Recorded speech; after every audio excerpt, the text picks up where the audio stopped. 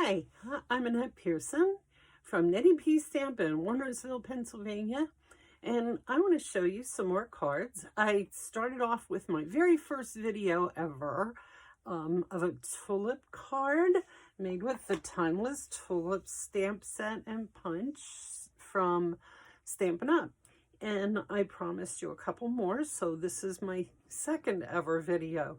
So please let me know what you think, but be kind because I'm still working on it. And I'm going to flip this around and just bring it down to my surface.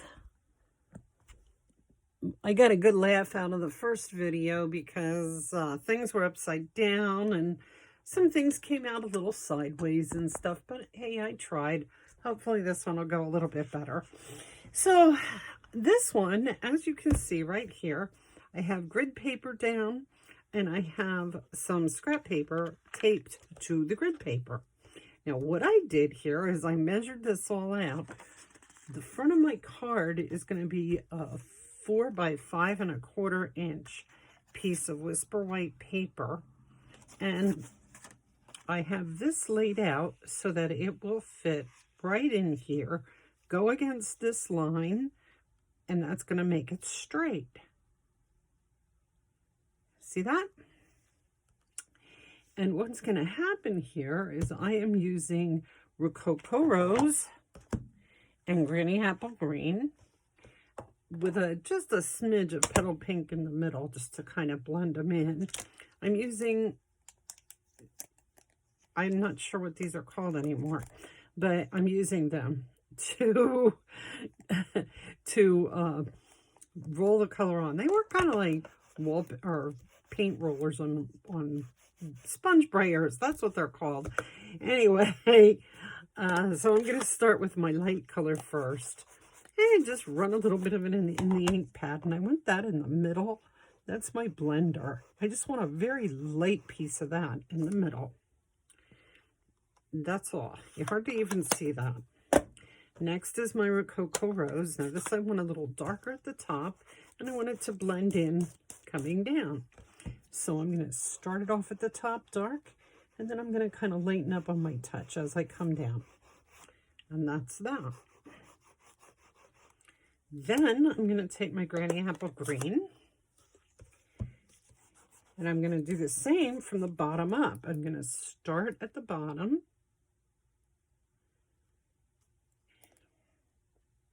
I want to make sure I keep this straight. Darker in the bottom and lightens up as it goes up so that it kind of looks like, I don't know, I know there's a word for that, but I don't know what it is. And that's going to take me up and fade into the pink, which is then going to fade into the Rococo Rose. These sponge brayers then can go onto the chamois, and you can run them across the chamois and it'll get the color right out, and then they can be reused. If you don't have sponge brayers, you can always just use a sponge. If you have Stampin' Up! Sponges, you can use those. If you have daughters, you could use those. Or just regular sponges. Makeup sponges, I think I used to use. Those used to work fairly well too. And you just dab them on light. Okay, so that's all you need this little grid paper for. And what it's going to do, see? It makes it nice and straight. And then I'm going to get rid of this because I keep this to use over and over again. And I'll go down to my work surface. Now I'm going to take the same colors, Rococo Rose and Granny Apple Green, and I'm going to stamp a couple of tulips on my column. I use 2 of the bigger ones and 1 smaller one down here. I'm going to use my stem to do the stem. I'm going to mask. I don't want that to go right across there, so I'm going to mask this off with a Post-it note. I use Post-it notes quite a bit in stamping. Who knew? Just to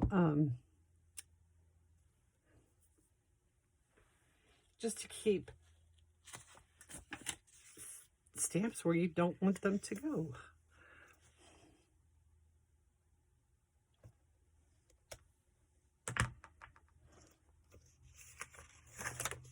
That one.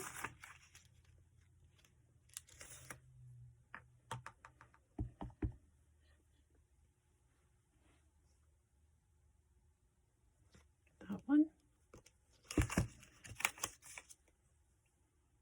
And that one. Don't worry if they don't go all the way down. We're going to fix that later. You'll see. Leaves. Similar to what we did the other day with those leaves, we're going to just kind of randomly place these. And they're going to take care of a lot of the problems that we may have made.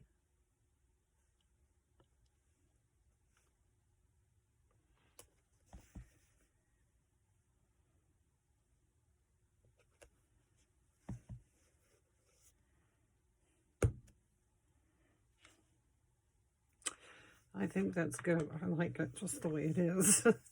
And now I'm going to do something. You may not have blends, but if you do have blends, Rococo Rose and Granny Apple Green blends.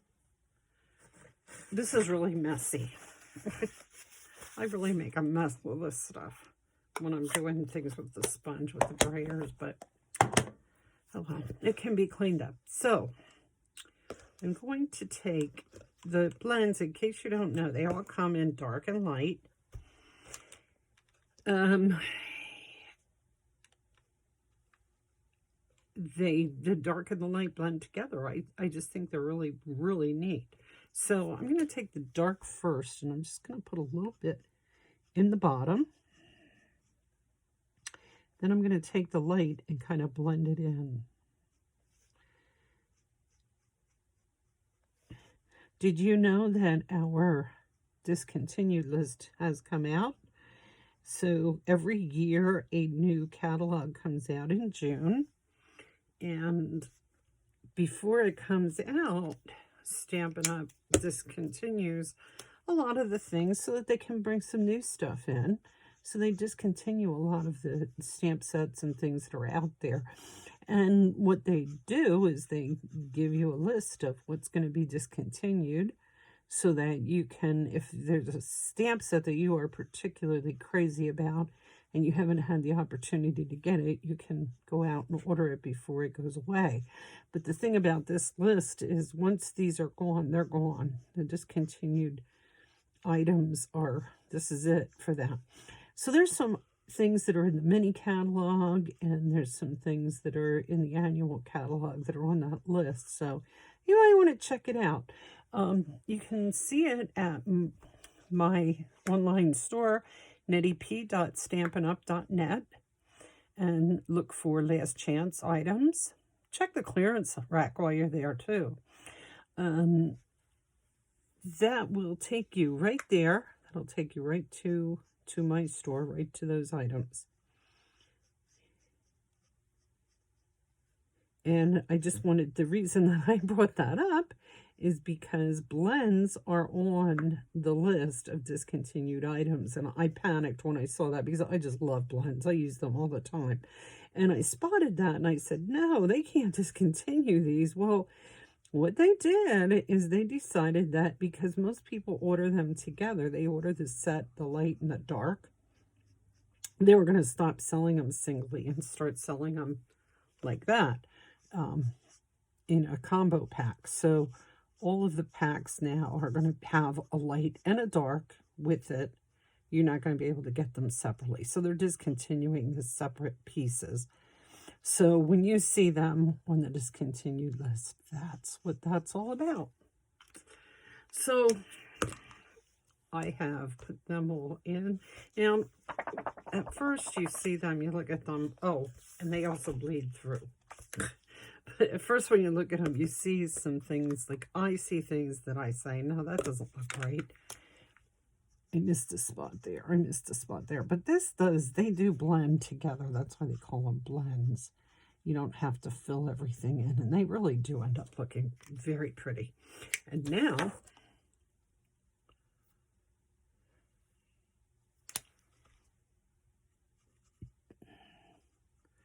See, this is going to fill in those spots where I was worried about not making it all the way down to the bottom.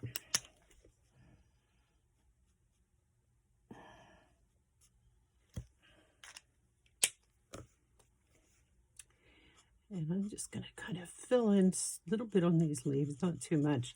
The next thing I'm going to do, which I'm going to have to move off the camera to do for a second, is I'm going to run this whole card front through my embossing folder, the Subtles. Subtles embossing folder, that's what I have right here. Stampin', Cut, and Emboss, Subtle 3D embossing folder. It's kind of it's a very linen-like piece, and it's just so, it's so subtle, hence the name, but it really, really makes the card look pretty. And there again, that's one of those things, if you don't have it, you can do without it, but it just adds a little bit of dimension to your card. So I am going to go run this through that really quick right now. Actually, I'm going to add a little more to these first.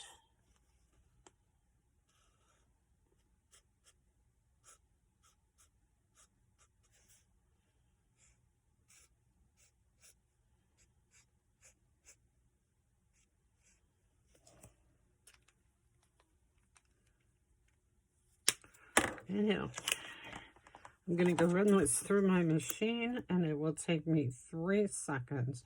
Did you ever hear that saying, 2 shakes of a lamb's tail? Well, that's how long it's going to take.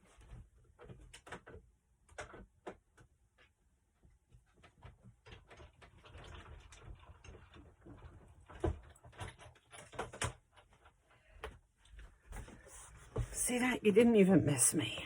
So, there it is. What do you think? Pretty, huh? So here's my card base. This was 8.5 by 5.5, and it was scored at 4.25.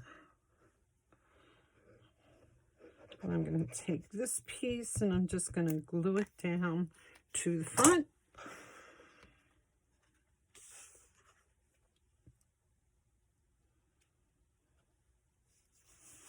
While my stamps are handy, I'm going to take an insert.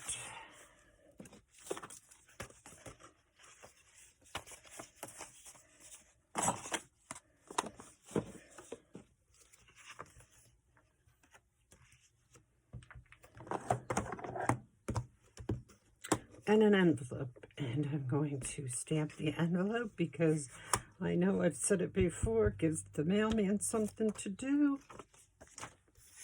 Keeps things interesting. And, you know, people see the envelope coming to them and it's stamped and it's so pretty. And right away they say, oh, I know where this is coming from. They know you made it. And they love it. So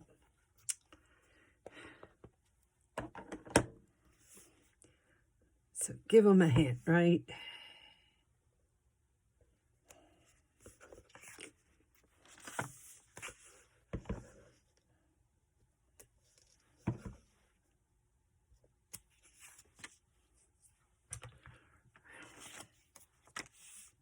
Okay, now this card, I'm going to make a get well card because I just think that this is appropriate for that.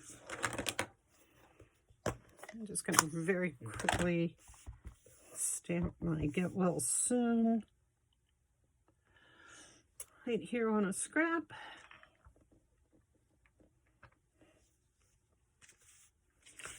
And I'm going to use a piece of Rococo Rose ribbon.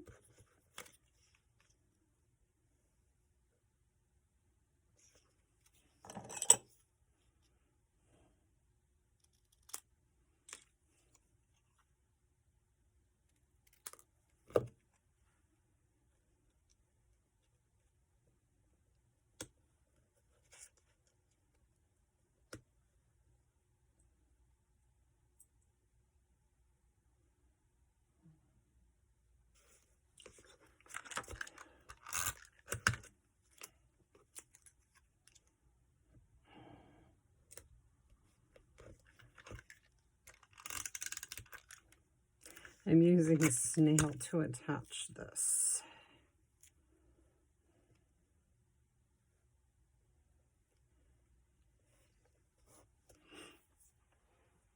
And I'm going to put a couple of champagne rhinestones because I love to add bling to everything.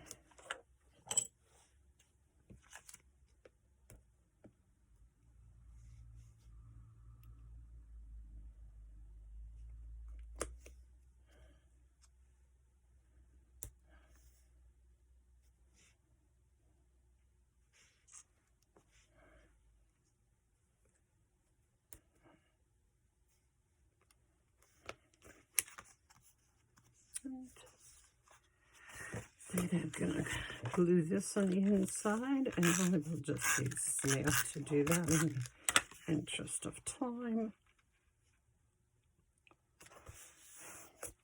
And there you have it. What do you think?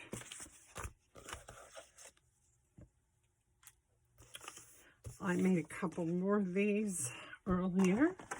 I did one in rich raspberry, which I think is beautiful, and I did not do the subtle embossing on this one, and I also didn't put ribbon on it, and it's still very pretty. I did put Wink of Stella around the tulip tips, and I did the same thing here on this one. I put Wink of Stella on the tulips. And then, just for a little change of pace, I used the tropical dies. And I did this with the basket weave embossing. But I still used the column technique and put the plants from the flowers from the tropical paradise or tropical, timeless tropical. So we had timeless tulips and timeless tropical. These are timeless cards.